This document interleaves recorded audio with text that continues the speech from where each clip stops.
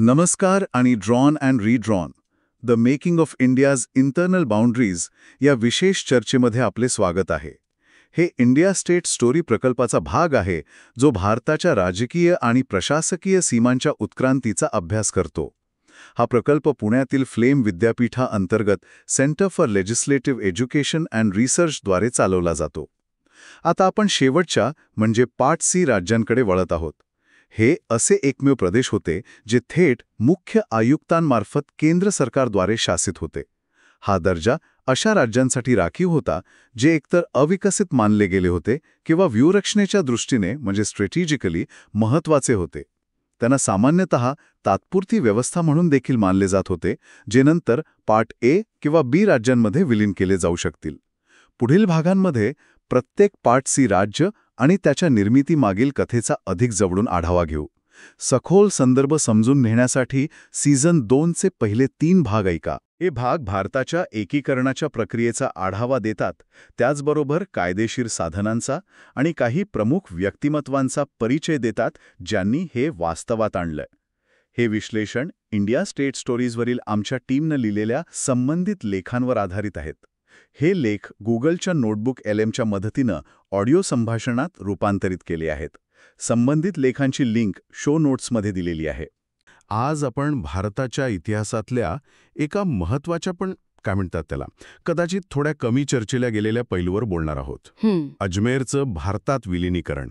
आपल्यासमोर काही ऐतिहासिक नोंदी आहेत, काही विश्लेषणं आहेत. त्यांच्या आधारावर आपण या प्रदेशाच्या एका अनोख्या प्रवासाचा जरा सखोल मागोवा घेऊया. नक्कीच. म्हणजे बघा, ब्रिटिश राजवटीत राजपुतानाच्या अगदी मध्यभागी असून सुद्धा अजमेर मेरवाडा हा भाग थेट ब्रिटिश नियंत्रणाखाली होता. एक वेगळंच बेट जणू. अगदी. अजमेर मेरवाडाची कहाणी खरंच वैशिष्ट्यपूर्ण आहे, कारण आजूबाजूला सगळी संस्थानं होती की नाही, आणि हा एक छोटासा भूभाग थेट ब्रिटिश प्रशासनाच्या अखत्यारीत होता. अच्छा. एक चीफ कमिशनर्स प्रॉव्हिन्स म्हणून त्याला ओळखलं जायचं, म्हणजे थेट केंद्रातून व्हॉइसरॉयने नेमलेल्या अधिकाऱ्यामार्फत कारभार चालायचा. आणि ही त्याची वेगळी ओळखच त्याच्या पुढच्या प्रवासासाठी खूप महत्वाची ठरली. बरोबर. तर मग ह्याच मुद्द्यापासून सुरुवात करूया. ब्रिटिशांनी अजमेर मेरवाडाला थेट नियंत्रणाखाली का ठेवलं असेल, म्हणजे बाकीच्या राजपुताना राज्यांसारखं का नाही केलं? एखाद्या एजंटच्या किंवा रेसिडेंटच्या देखरेखीखाली ठेवता आलं असतं ना. यामागे मुख्य कारण होतं त्याचं भौगोलिक आणि सामरिक महत्त्व. म्हणजे बघा, 1818 साली ब्रिटिशांनी ग्वालियरच्या शिंदे सरकारसोबत एक करार केला होता. हो, तैनाती फौजेचा. अगदी. त्या करारामुळे ब्रिटिशांना अजमेर आणि आसपासचा काही प्रदेश मिळाला. आता नकाशा जर पाहिला तर अजमेर हे राजपुतानाच्या अगदी मध्यभागी आहे. बरोबर. दिल्ली आणि गुजरातला जोडणारा जो मार्ग आहे त्या मार्गावरचं एक महत्त्वाचं ठिकाण. त्यामुळे संपूर्ण राजपुतानावर लक्ष ठेवायला आणि नियंत्रण ठेवायला हे ब्रिटिशांना एकदम मोक्याचं वाटलं. अच्छा, म्हणजे त्याचं लोकेशन, भौगोलिक केंद्रस्थान हेच त्याच्या प्रशासकीय वेगळेपणाचं कारण बनलं. हा एक विरोधाभास नाही का, की जे मध्यभागी आहे त्यालाच मुख्य प्रवाहापासून वेगळं ठेवलं गेलं? बरोबर. हाच त्याच्या इतिहासातला एक महत्वाचा काय म्हणतात त्याला धागा आहे. ब्रिटिशांनी बाकीची जी राजपुताना संस्थानं होती त्यांना एकत्र करून राजपुताना एजन्सी बनवली. तिथे त्यांचा हस्तक्षेप तसा मर्यादित होता, म्हणजे तिथल्या राजांमार्फतच कारभार चालायचा. पण अजमेर मेरवाडा मात्र त्यांनी थेट स्वतःच्या नियंत्रणाखाली ठेवलं. एक प्रकारे त्यांनी या प्रदेशावर आपली पकड मजबूत ठेवली. आणि याचं प्रशासकीय महत्त्व फक्त ब्रिटिशांनीच ओळखलं असं नाही, ते ब्रिटिशांआधीही होतं. हो, ते कसं काय? अहो, अगदी मुघल काळात सुद्धा अजमेर हे एक महत्त्वाचं सुभा किंवा प्रशासकीय केंद्र होतं. इतकंच नाही तर अजमेरचा काही भाग म्हणजे उदाहरणार्थ फुलिया परगणा हा खालसा जमीन म्हणून ओळखला जायचा. खालसा जमीन म्हणजे ही जमीन थेट बादशहाच्या मालकीची असायची आणि मग बादशाह ती कोणाला तरी जहागीर म्हणून द्यायचे. त्यावर मग मुख्यत्वे राजपूत शासक असायचे.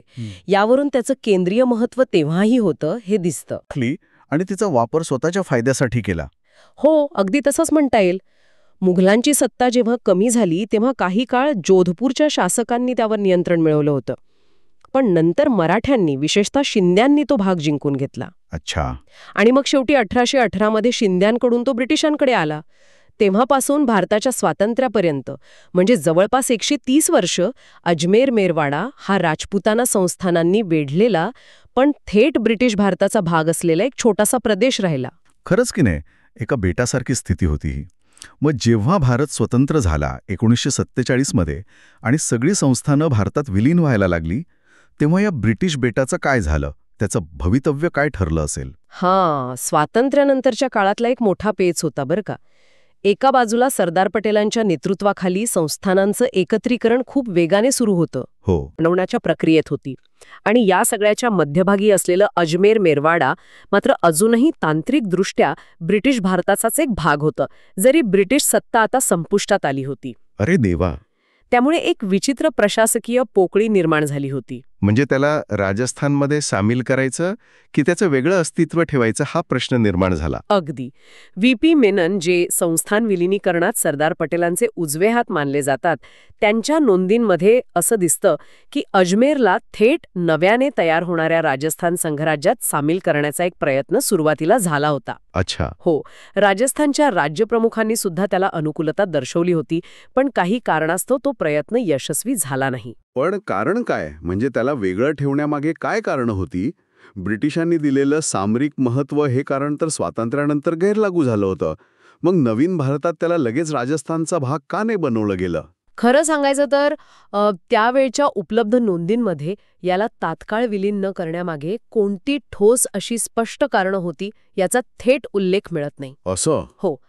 कदाचित प्रशासकीय सोय किंवा त्यावेळी इतर जी मोठी संस्थानं होती त्यांच्या विलिनीकरणावर अधिक लक्ष केंद्रित केलं गेलं असावं, हे एक कारण असू शकतं. पण एक गोष्ट महत्वाची आहे, हे जे वेगळेपण होतं ते तात्पुरतं आहे आणि भविष्यात अजमेर राजस्थानमध्येच जाईल हे जवळपास निश्चित मानलं जात होतं. हे रंजक आहे. म्हणजे तात्काळ विलिनीकरण टाळलं, पण ते कायमचं वेगळं राहील असंही नव्हतं. अजिबात नाही. याचं एक उत्तम उदाहरण म्हणजे जेव्हा राजस्थान संघराज्य युनायटेड स्टेट ऑफ राजस्थान स्थापन करण्यासाठी करारनामा म्हणजे कॉव्हनेंट तयार करण्यात आला, तेव्हा त्यात एक विशेष कलम टाकण्यात आलं होतं. काय होतं ते कलम? या कलमानुसार भविष्यात भारत सरकार आणि राजस्थान सरकार यांच्यात करार होऊन काही अटी शर्तींवर अजमेर मेरवाडा प्रांत राजस्थानमध्ये विलीन केला जाऊ शकेल, अशी तरतूद केली गेली. अच्छा. यावरून स्पष्ट होतं की त्याचं स्वतंत्र अस्तित्व हे केवळ एक संक्रमणकालीन व्यवस्था मानली जात होती. म्हणजे एका प्रकारे भविष्यातल्या विलिनीकरणासाठी दार उघडं ठेवण्यात आलं होतं. ही एक प्रकारची राजकीय दूरदृष्टी म्हणायची की त्यावेळी तात्काळ निर्णय घेणं टाळण्याची सोय? दोन्ही असू शकतं. मग प्रत्यक्षात हे विलिनीकरण कधी आणि कसं झालं? हो, ते सांगा. पुढे 26 जानेवारी 1950 रोजी जेव्हा आपलं भारतीय संविधान लागू झालं, तेव्हा भारताची प्रशासकीय रचना बदलली. राज्यांचे भाग अ, भाग ब, भाग क आणि भाग ड असे गट पाडण्यात आले. यात पूर्वीचा जो अजमेर मेरवाडा प्रांत होता त्याला भाग क म्हणजे पार्ट सी राज्याचा दर्जा मिळाला. भाग क राज्य म्हणजे नेमकं काय? भाग क म्हणजे अशी लहान राज्ये जी थेट केंद्र सरकारच्या प्रशासनाखाली होती. तिथे विधानसभा असू शकत होती, पण मुख्य नियंत्रण हे केंद्राचं असायचं. अच्छा. तर अजमेर आता अजमेर राज्य म्हणून ओळखलं जाऊ लागलं, जे केंद्रशासित होतं. हा त्याच्या प्रवासातला आणखी एक महत्वाचा टप्पा होता. ब्रिटिश प्रांत ते केंद्रशासित राज्य. पण गंमत म्हणजे या विलिनीकरणाची चर्चा काही 1947 किंवा 1950 मध्येच सुरू झाली नव्हती, असं ऐकलंय मी. नाही, अजिबात नाही. हे खरंय. राज्य पुनर्रचना आयोगाचा जे 1955चा अहवाल आहे त्यात याचा उल्लेख आहे. काय उल्लेख आहे? त्यानुसार अजमेरच्या विलिनीकरणाची चर्चा अगदी 1921 पासून वेगवेगळ्या पातळ्यांवर सुरू होती. काय सांगताय, 1921 पासून? हो, इतकंच नाही तर 1947 सालीच जेव्हा चीफ कमिशनर प्रांतांच्या भवितव्यावर विचार करण्यासाठी एक समिती नेमली होती, तेव्हा त्या समितीतील अजमेरच्या प्रतिनिधीने असं भाकीत केलं होतं की अजमेर शेवटी त्याच्या आजूबाजूच्या मोठ्या प्रशासकीय घटकात म्हणजेच राजस्थानमध्येच विलीन होईल. अरे वा. म्हणजे स्वातंत्र्याच्या कितीतरी आधीपासूनच यावर विचार सुरू होता. ही गोष्ट मला वाटतं अनेकांना कदाचित नवीन असेल. हो ना. म्हणजे हे विलिनीकरण जवळपास ठरलेलंच होतं, फक्त योग्य वेळेची किंवा प्रक्रियेची वाट पाहिली जात होती. असं म्हणायला हरकत नाही. कारण अजमेरचं वेगळं अस्तित्व टिकवणं प्रशासकीय आणि भौगोलिकदृष्ट्या फारसं व्यवहार्य नव्हतंच. ते चारी बाजूंनी राजस्थानने वेढलेलं होतं की नाही. बरोबर. अखेरीस तो क्षण आला 1956 मध्ये. राज्य पुनर्रचना आयोगाच्या शिफारशीनुसार. अगदी बरोबर. 1953 मध्ये केंद्र सरकारने न्यायमूर्ती फाजल अली यांच्या अध्यक्षतेखाली राज्य पुनर्रचना आयोगाची स्थापना केली होती. या आयोगाचं मुख्य काम होतं भाषा आणि इतर घटकांच्या आधारावर राज्यांच्या सीमांची पुनर्रचना करण्याची शिफारस करणं. आयोगानं संपूर्ण देशाचा विचार केला आणि त्यात अजमेरचाही समावेश होता. आयोगाने मग अजमेरच्या लोकांची मतं घेतली, तिथली परिस्थिती तपासली, सगळं काही पाहिलं. आणि आयोगाचा निष्कर्ष काय निघाला? आयोगाने अगदी स्पष्टपणे शिफारस केली की अजमेर राज्याचं राजस्थानमध्ये विलिनीकरण करण्यात यावं. अच्छा. आणि यामागे अनेक कारणं होती. पहिलं आणि सगळ्यात महत्त्वाचं कारण म्हणजे भाषिक आणि सांस्कृतिक सलगता. अजमेरची भाषा, संस्कृती, तिथल्या चालीरीती या राजस्थानी समाजाशी अगदी मिळत्या जुळत्या होत्या. दुसरं कारण होतं भौगोलिक संलग्नता. ते पूर्णपणे राजस्थानने वेढलेलं होतं, हे तर उघडच होतं. आणि प्रशासकीय कारणही नक्कीच असतील. हो, नक्कीच. तिसरं महत्त्वाचं कारण होतं प्रशासकीय सोय. अजमेर हे तसं लहान राज्य होतं, त्यामुळे स्वतःच्या पायावर उभं राहणं आर्थिकदृष्ट्याही थोडं कठीण होतं. आणि शिवाय कायदा आणि सुव्यवस्थेचा प्रश्न होता. तो कसा? अजमेर आणि राजस्थान यांच्यात दोन वेगवेगळ्या प्रशासकीय यंत्रणा होत्या. एक केंद्र सरकारची आणि दुसरी राजस्थान सरकारची, आणि त्या एकाच भौगोलिक परिसरात काम करत होत्या. म्हणजे गोंधळ व्हायचा. अगदी. यामुळे अनेकदा गोंधळ व्हायचा आणि गुन्हेगारांना एका राज्यातून दुसऱ्या राज्यात पळून जाणं सोपं व्हायचं.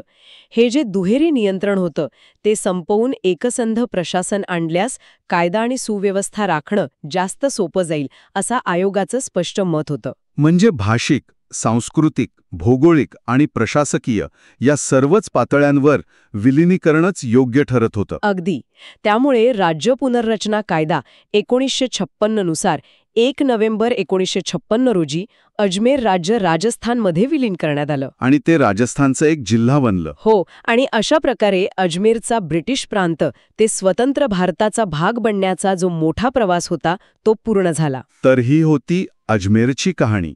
एका सामरिकदृष्ट्या महत्त्वाच्या ब्रिटिश ठाण्यापासून स्वातंत्र्यानंतरच्या एका तात्पुरत्या प्रशासकीय व्यवस्थेतून म्हणजे भाग क राज्यातून आणि अखेरीस भाषिक व सांस्कृतिक ओळखीच्या आधारावर राजस्थानचा एक अविभाज्य भाग बनण्यापर्यंतचा हा सगळा प्रवास.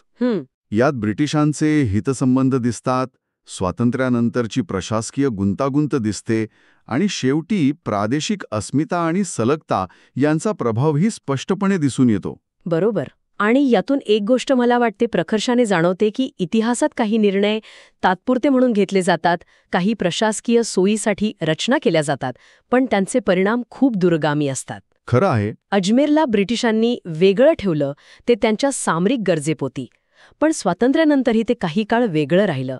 त्याला स्वतःची विधानसभा मिळाली आणि मग ते विलीन झालं. या सगळ्या घडामोडींनी त्या प्रदेशाची ओळख आणि तिथल्या लोकांच्या भावनांवर नक्कीच परिणाम केला असणार. अगदी. म्हणजे सुरुवातीला केवळ प्रशासकीय किंवा सामरिक कारणांसाठी आखलेल्या सीमा नंतर कशाप्रकारे राजकीय आणि सांस्कृतिक ओळखीचा भाग बनतात किंवा बदलतात याचं हे एक उत्तम उदाहरण आहे, नाही का? हो. आणि हे आपल्याला विचार करायला लावतं की राज्यांच्या सीमा कशा ठरवल्या जातात. त्यात इतिहास, भूगोल, भाषा, संस्कृती, प्रशासकीय सोय आणि कधीकधी निव्वळ राजकीय तडजोडी या सगळ्याचा किती गुंतागुंतीचा खेळ असतो. अजमेरच्या कथेत हे सर्व घटक आपल्याला स्पष्ट दिसतात.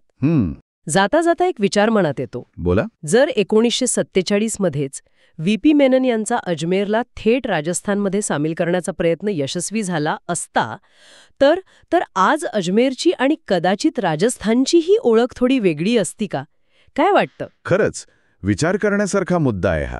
त्यावर नक्कीच विचार करायला हरकत नाही.